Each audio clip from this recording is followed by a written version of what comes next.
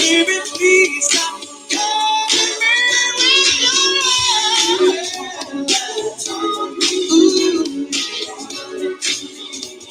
You call me and talk to me,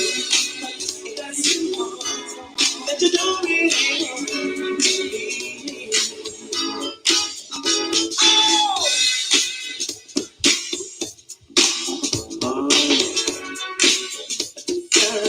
Done. You see what I'm saying? I don't ever want you to leaving me. Oh, you let go, mistreating me. No, no, no, no, let me know. Baby, please just stop calling me with your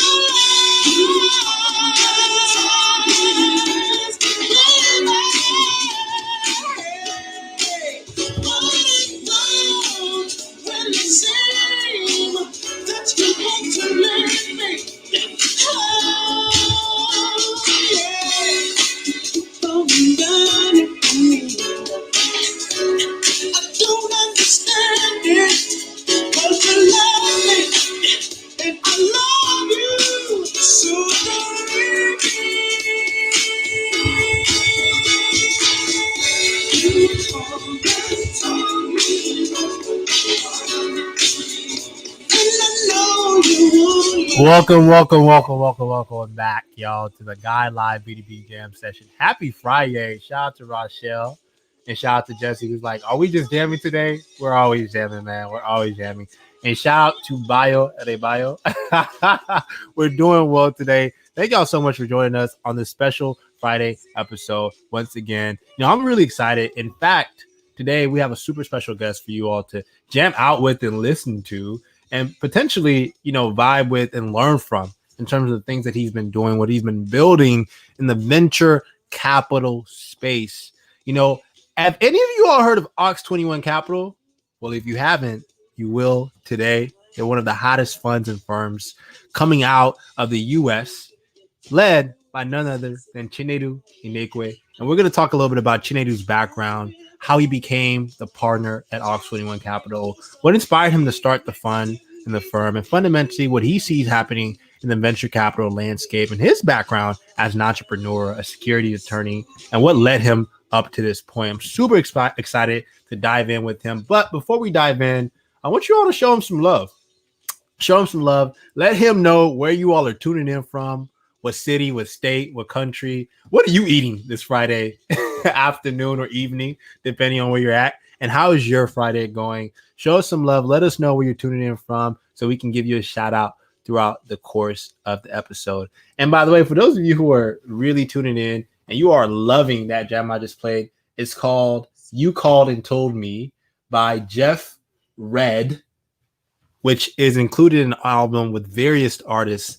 And shout out to the Smoothication Experience team who has curated a Big Black Tea, Too Many Cups of Big Black Tea playlist for us. And I was just playing the volume 1 of the playlist. I love those guys. They have done us a tremendous favor by curating this playlist. It's been a game changer for me and every episode that I start with our amazing guests. So please check out the Smoothication Experience on Spotify or anywhere else you listen to podcasts.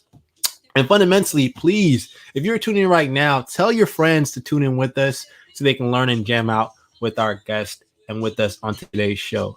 So once again, Ox 21 Capital is a brand new VC fund investing in the future of commerce. Think about consumer, retail, and finance technologies, creating market access for the next generation of internet users with checks at $500K to $2 million in their seed and C plus round and Series A rounds. They back founders that tap into the pulse of global human connections to build once in a lifetime opportunities. They are founder friendly and they're led by a founder named Chinedu, who I'm going to be talking with right now, who is a partner, one of the partners at Ox 21 Capital. But he has a really interesting background and what led him into VC and what inspired him to start the fund. And man, I want to really dive in on his background because this guy is tremendous in what he's doing. But more importantly, if you have any questions for him or I as we go through this episode, let us know. We'll answer your questions. We'll show you some love. Shout out to Jesse who's saying Seattle is in the building. Much love to Seattle. Used to live there.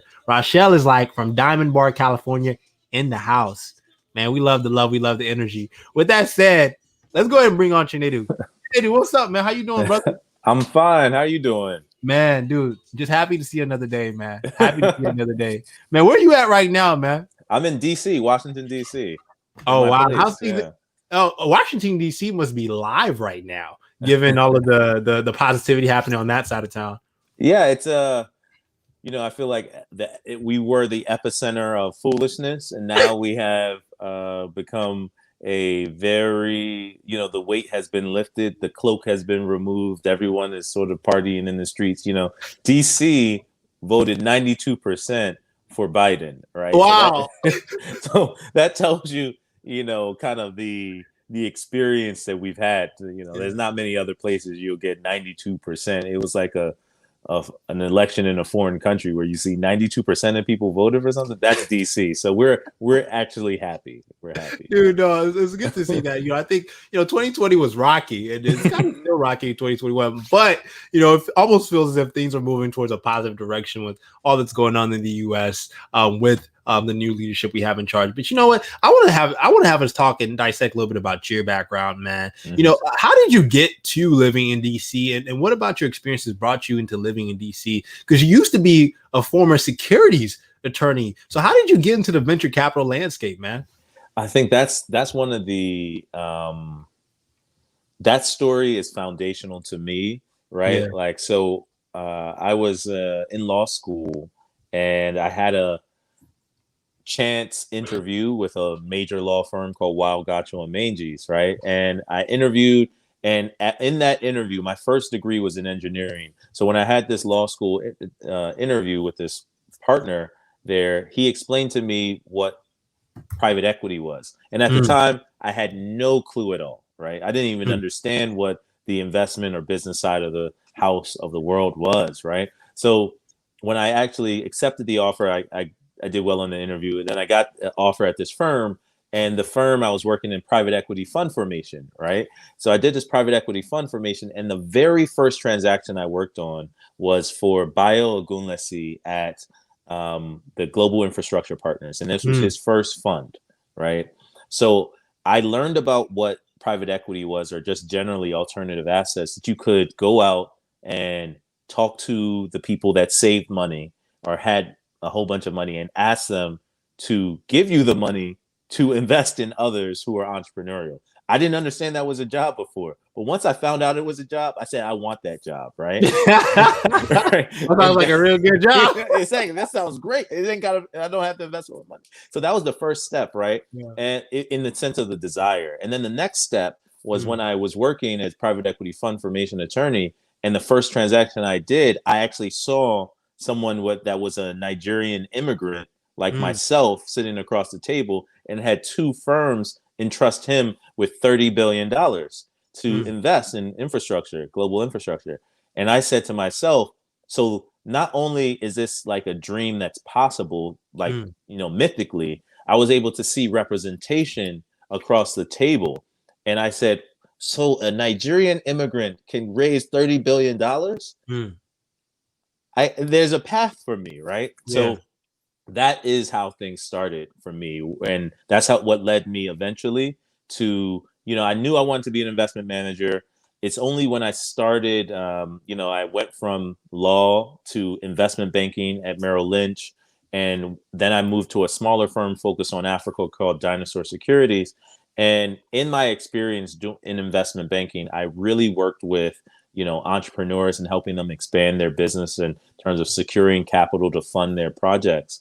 And I recognized that I really love that entrepreneurial spirit, right? And then I also had my own entrepreneurial spirit. I started my own startup, and basically my lens was I wanted to leverage my entrepreneurial spirit and then get back into the space that I wanted to be, which was investment management, right? I learned in the process of helping out with private equity fund formation that there's this little thing called GP commit. which is the real barrier to entry for most venture capitalists. It's the idea that you have to also invest alongside your investors.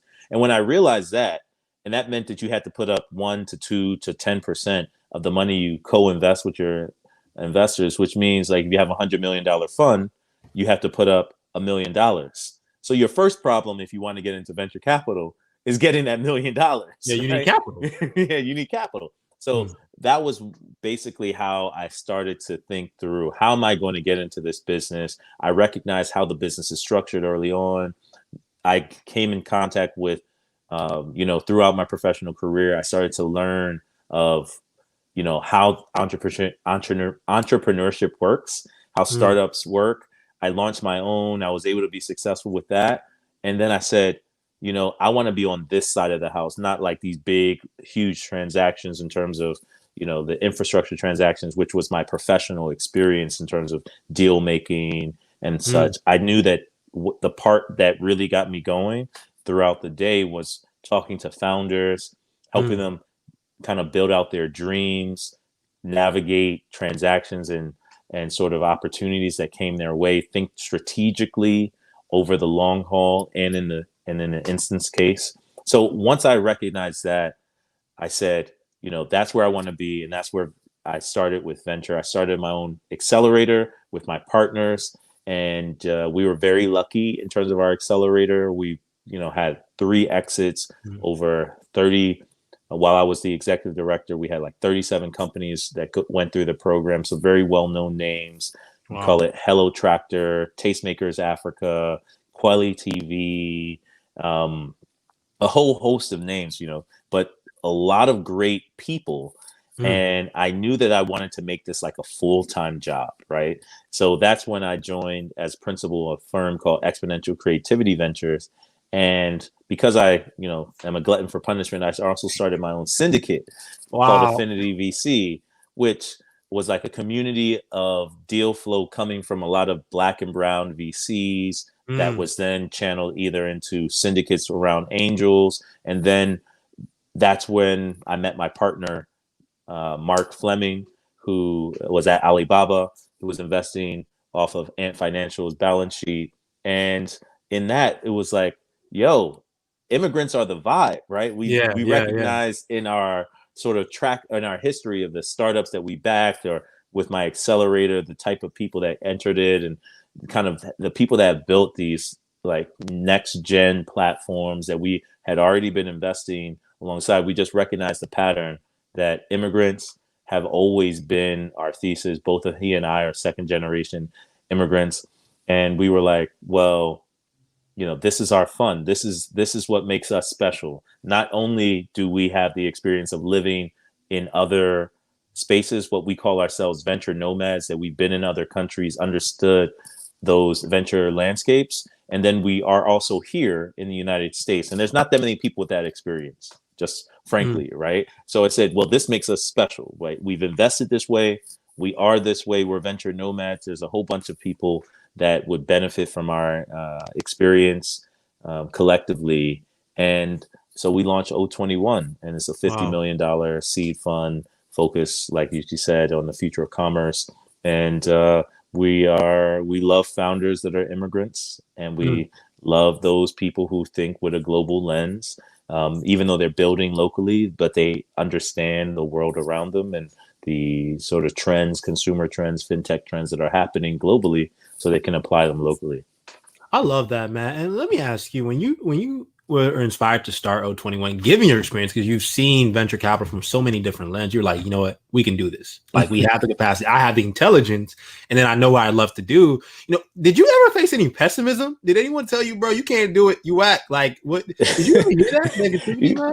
Well, that's the funny part. There's a whole bunch of negativity that kind of permeates the discussion of Black people and venture capital. Like, there's just not enough coming to us. There's not enough this. And I agree. All of those things are factual, right? So I get that all the time.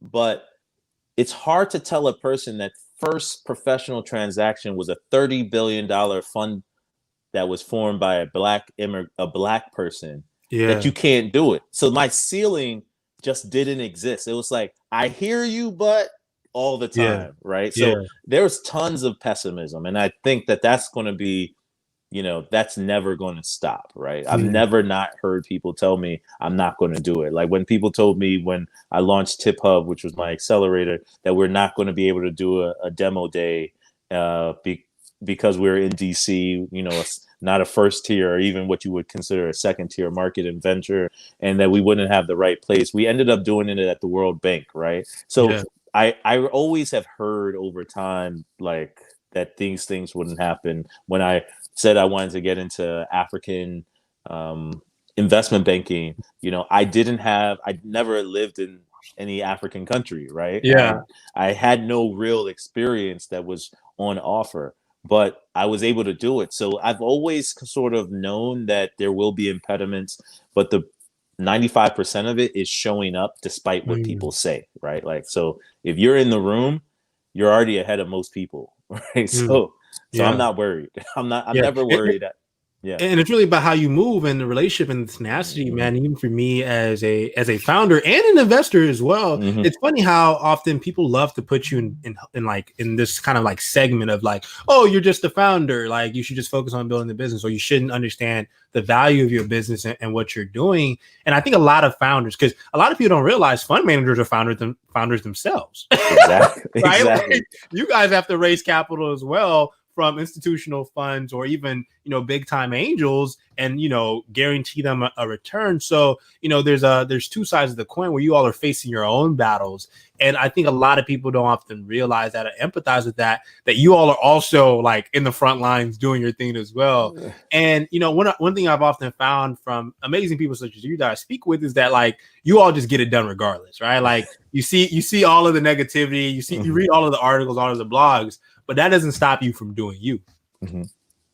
Exactly. That's 100%. I think one of the other things that I would say, there's, no one should really cry for most fund managers. Let me just put that out there. Like, I'm not going to there's no pity party for fund managers, but I definitely agree. Fund managers are business. They founders, they're running a business.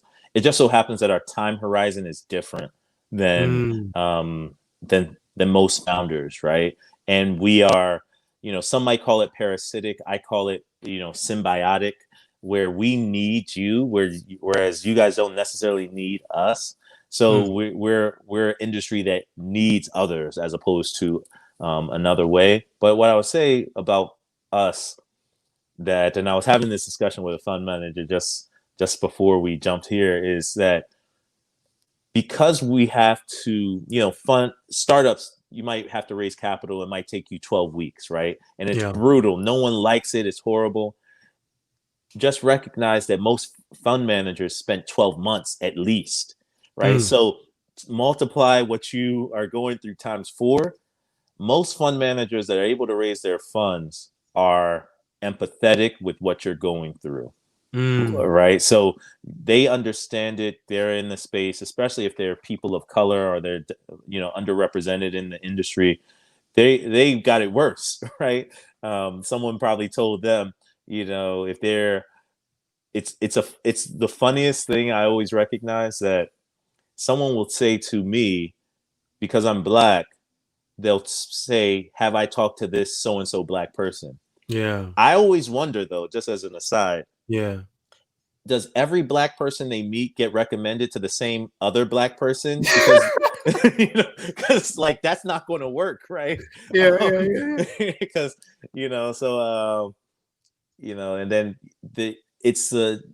most people just don't understand the challenges that fund managers face, especially underrepresented fund managers. So I appreciate that you call that out, but like I always say, don't really feel any sort of kind of sympathy for fund managers. Just know that we're fighting the same fight, an uphill battle. But we just have a longer time horizon. And I think and I love that you say that, because that's perspective, that's nuance. And I always kind of share that too, even in my journey. It's like a lot of people, I often talk about, like, we've been fundraising for guys. Like, we're always fundraising. For me, I think fundraising never ends, to be honest with you. We're a venture, right? I've had had a lot of people give me no's or Mhm. not even hear back from them, but that hasn't stopped us from building. And even for me, like while we've been building, I've invested in some companies, whether it be angel checks or not, that I feel as if we're really confident about. But there's like, I always give people nuances that I'm not mad that people have passed on us. You can't force everyone to just invest in you. That's not how fundraising works, or that's not even how building a company works. If anything, we've always been focused on customers. But I think that nuance of what you share is that you like don't feel sorry for fund managers, is because at the end of the day, you're building a business, right? you're trying to find LPs that believe in what y'all are doing and then invest in founders that fit your thesis. And I think that's a powerful nuance for those who are listening. And if you want to start a fund, if you want to start a syndicate, like you have to think with this lens that on day one, you're not going to figure things out. It's going to be a process. By month 6, by month 12, things are going to start working your way. I want to ask you, Chinedu, for you in your journey, has there been someone that's really helped you, kind of giving you that lift to where you're at today? That's interesting. There's different people at different moments of my career. Right. And what I would say is sort of in venture, there's a few people that I would say are my North Stars. And so in venture, there's one woman that I have to always celebrate. It's Lauren Ruffin. Right. So, and she was a law school classmate of mine. And she was working at a nonprofit that was going to be an anchor LP in what eventually became Exponential Creativity Ventures. She sat me down at lunch one day, said, Chinedu, I know you're in venture. I know you know startups. We are about to do something, and I think you need to be involved, right? So, this is something like that was a conversation that I always dreamt would happen. But it was basically my classmate that understood and saw the kind of my ascension into the startup sphere and said, I would like you to help steer this ship. Right. So Lauren Ruffin, I will never she's the holy grail. She started out but that's what venture is oftentimes. People that invest in you because they know you and they want your special sauce or your little whatever you have to bring to the table, their perspective. And then there's another person who's been an invaluable guide, and his name is Denmark West. Right. Wow. Denmark West is the amongst other things, besides being a fund manager, he's brilliant guy that polymath, multi-dimensional knowledge set, has worked at, investing. He's been an LP. He's managed his own fund. He worked in corporate venture and, sort of has been in the technology ecosystem and a leader in it for Black people for, the last 20 years, by and large, moving from MTV to BET, from BET to MTV to investing out of his own pool of capital.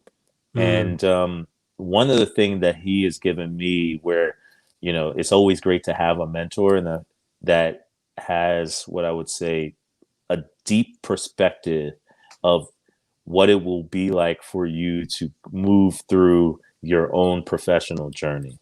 Right.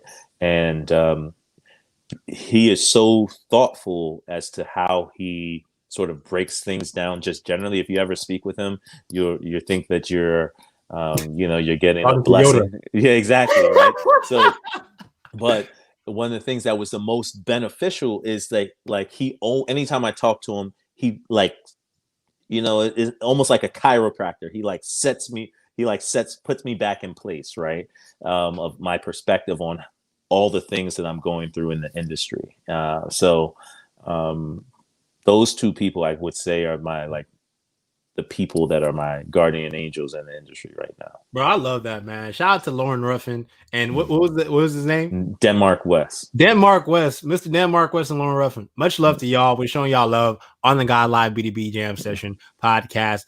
With All 21, and where you all are at now, man, and with how you all have created the fund. Why the thesis? What about now in terms of how things are changing with venture capital derive the thesis that you all have created, and what are you seeing in terms of the trends in venture capital that really is kind of it's giving you positive momentum to continue building what you're doing with O21?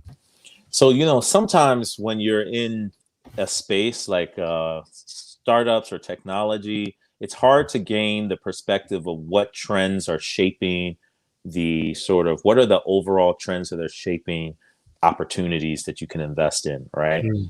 And especially right now where technology is not kind of the leadership in technology is not cited solely in Silicon Valley or in the United States in general, right? If you look at the past decade, the amount of unicorns created are half and half in China and the United States, and even increasingly in different regions like Southeast Asia and India. And what that means, though, is that these new ecosystems across the globe are setting their own trends, creating their own narrative around and behavioral sort of applications of technology. So that's one of the greatest things that we saw. So our investment thesis is that the future of commerce is going on the internet, especially, is going to be built and largely driven by how we serve the next generation of internet users, right? So, and those next generation of internet users are going to, by and large, there's 2 billion people that are not actively using the internet for commerce. A lot of those people are going to come from different regions from around the world.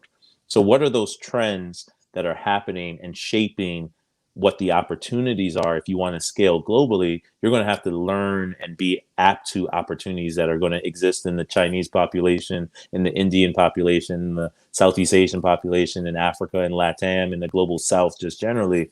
And that's where a lot of the technology leadership is, right? Especially around commerce, right? Because they don't have a lot of the rails that previously existed before the internet age, right? So they don't have a lot of the systems, like in America, we have the ACH and these Fed systems that are 50 years old, right? So they don't have that legacy infrastructure, which allows them to rebuild the infrastructure. A lot of people talk about M-Pesa and mobile banking, or people talk about Ant Financial and their financial marketplace, which has set a standard. Or people talk about in India, you talk about the identity system, which now has allowed the fintech ecosystem to just like take off in spades. But understanding all of those trends and how they mix, and how in Southeast, in Latin America or Brazil, you have, CRMs that are built mobile first, meaning, they integrate with conversational messaging platforms like WhatsApp or Telegram or all of these things, which then you have to have a different mind shift of where are users that are going to come onto the internet, especially ones that have the buying capacity to drive enough revenue that you can build a business upon.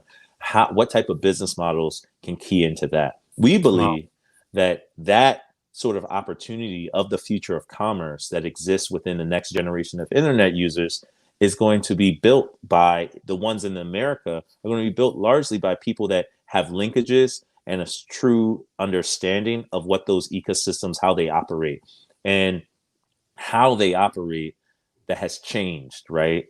And that means how are people communicating? So the social media, how are people transacting? So the financial rails, how are people sending packages? What is the e-commerce platforms? And the other leg of this is what are the conversational platforms that people use? So the messaging platforms, all of these tiers have changed, where before in 2008, there wasn't WhatsApp, there wasn't a global, all of these technology giants didn't exist, and there was real infrastructural impediments for to make them exist. Like most times people think of internet as like magic, like I turn on my phone and the internet works, but around the world that wasn't the case, right? There wasn't switching technology, there wasn't undersea cables that allowed enough bandwidth for people to afford the internet in a reasonable fashion. We take it for granted, man, every single day.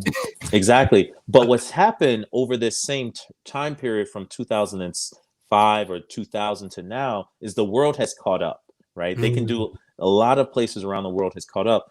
But that also means there's this unique opportunity set that United companies in the United States have to expand globally, market themselves globally, send products globally, distribute financial products globally, communicate with their audience or their customers globally, where they did not have it before. If you wanted to advertise in, let's call it South Africa, before you had to get you had to survey the market. You couldn't just micro target the same customer base that you have in the United States and find that same lookalike audience in South Africa and just market it. You actually have to do market surveys. It had to be a richer, a more developed experience, and not to cut away from the fact that you still have to do that work to some extent to understand what those audiences want.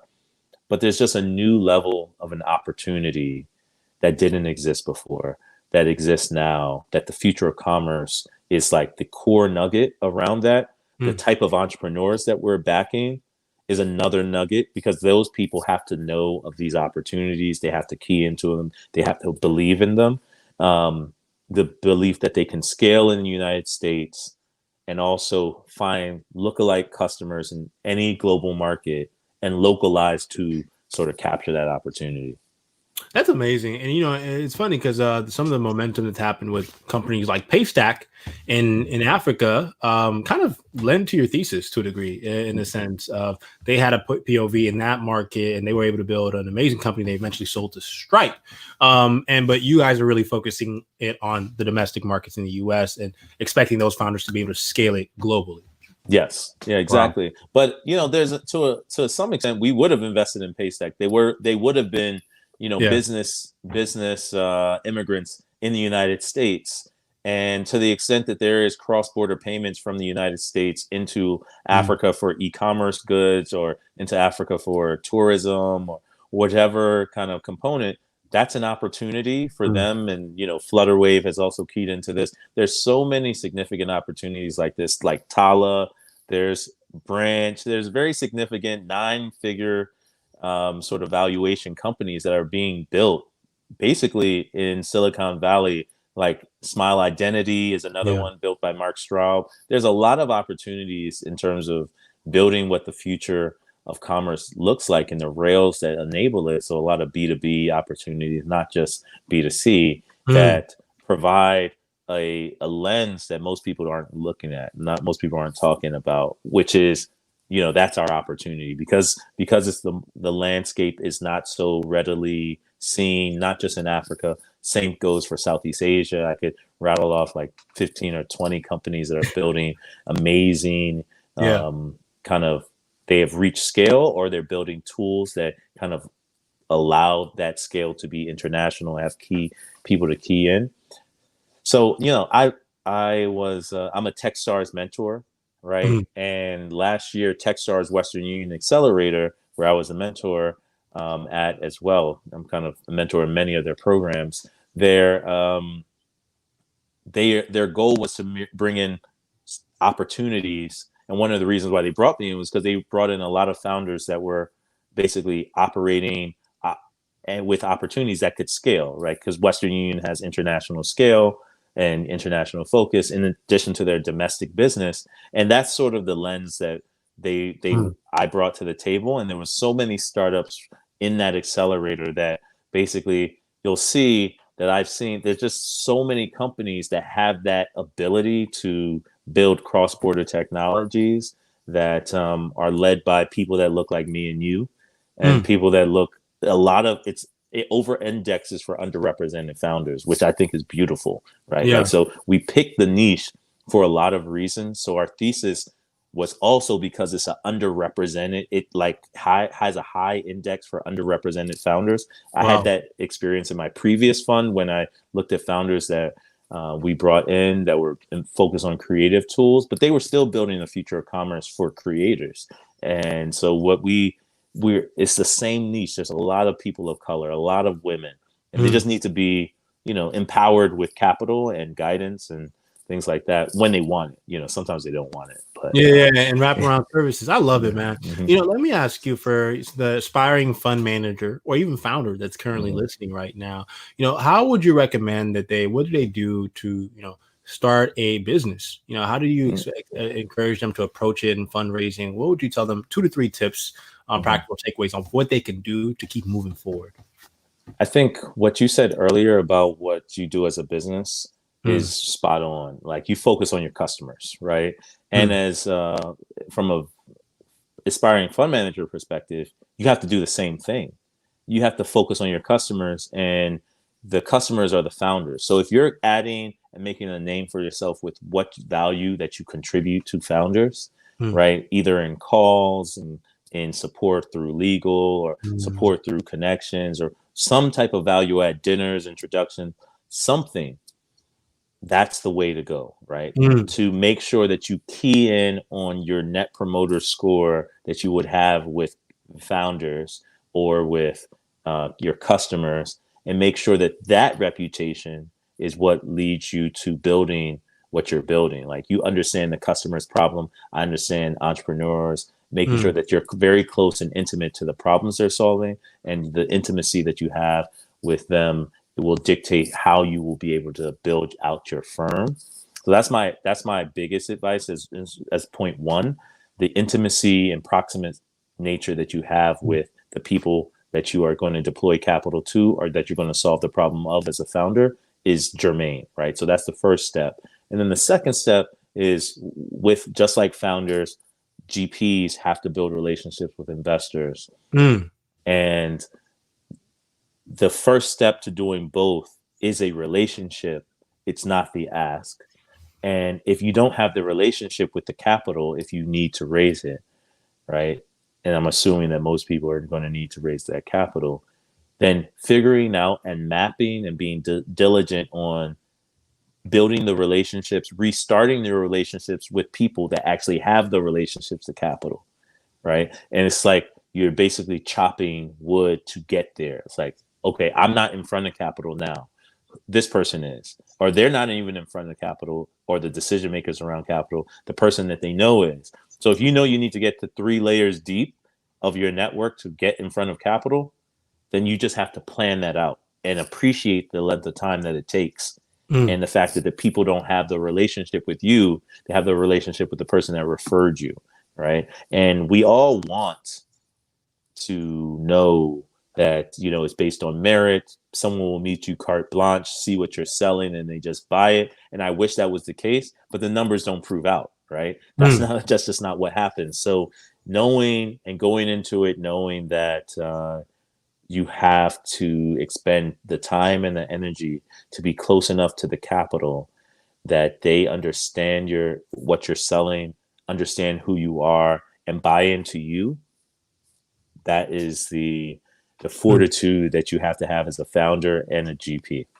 I love it, man. Hey, man, thank you so much, Chinedu, for coming here and blessing us with some wisdom. I think you blessed the podcast with a lot of wisdom, and a lot of people, founders and aspiring people who want to really get into the space. I think they're going to leave away with so many takeaways from this episode, man. Where can the people connect with you and the journey and what you're doing with O21, man? So the best place to connect with me, people, is LinkedIn. I'm a LinkedIn lover, right? But I'm on all the socials, you know, so you can find me on Clubhouse. You can find me on, Twitter. You can find me on Instagram, Cope, COPE 84 on Twitter and Clubhouse, Cope _II on Instagram, and Chinedu Enekwe on LinkedIn. And you'll find me on all those socials. Man, appreciate you, Chinedu. Thank you so much for hopping on the show, man. And much love to you and everything that you're building with O21. We look forward to having you on a future episode, man. No problem. I look forward to being here. Hopefully when I have some news, like a large fundraise for one of my portfolio companies, where I can come back here and brag about how amazing immigrants are. You know, immigrants, we get the job done. I love it, man. I love it. VC brags. We love it. Appreciate you, Chinedu. Talk to you, right. Man. No problem. Shout out to our boy Chinedu Enekwe, man, who's killing it with his new firm, O21. Really, really killing it. And shout out to him. And if you're a founder building the future of commerce, if you're an immigrant founder building the future of commerce and retail, please show him some love. Check him out. Check out O21. see how they can support you, work with you, pitch them. I think they're open to it. More importantly, they're open to empowering you in your journey as a founder and fundamentally as a business owner. Founder friendly firm, founder friendly guy. Definitely check them out. With that said, thank y'all so much for tuning into this episode. Please check out bigblacktee.com. We currently have a deal going, literally $28 for 2 bags. BOGO. Get it? And we have an abundance deal going. 1 bag, the other one free. Literally, get it. It's amazing. Shout out to our woman from Oakland, Kamala Harris, for being named the first Madam Vice President in the world ever. She's the first and only to ever do it. Shout out to her. And did you all see what Michelle Obama was wearing at the inauguration? Michelle Obama was killing it, and Barack Obama was like, I'm stunned. You're amazing. I love you. Shout out to Barack Obama being the nice husband that he is. And shout out to Jesse who's saying, thanks, Tim. Great podcast. Jesse, really appreciate you, Mr. Roach. Thank you so much for tuning in. Please share with your friends if you love the energy and if you loved our charisma on this podcast. We love your support and we love your backing. Shout out to Jesse Roach for showing us mad love. In addition to that, make sure you check out our guideapp.co waitlist. We're still in build mode, getting better every single day. Get on our waitlist. We are building every single day. It's day 1 for us at Guide, and we continue to have a filled waitlist and build our amazing creator community. Please join us in the journey. This journey is not over at all by any means. It's a movement, and we truly at Guide take every day as day 1. All right, y'all. Thank y'all so much for tuning in. Get your big black tea. Get to sipping, join our big black tea community. We currently continue to scale our wholesale program, which is amazing. We've seen so many people reach out to us to be a part of the program. And, it's been really positive, the start of a new year for us as a business and as a movement. So if you are looking to sip in peace and find euphoria in the moment, please check out bigblacktee.com. All right, y'all. Talk soon. Peace.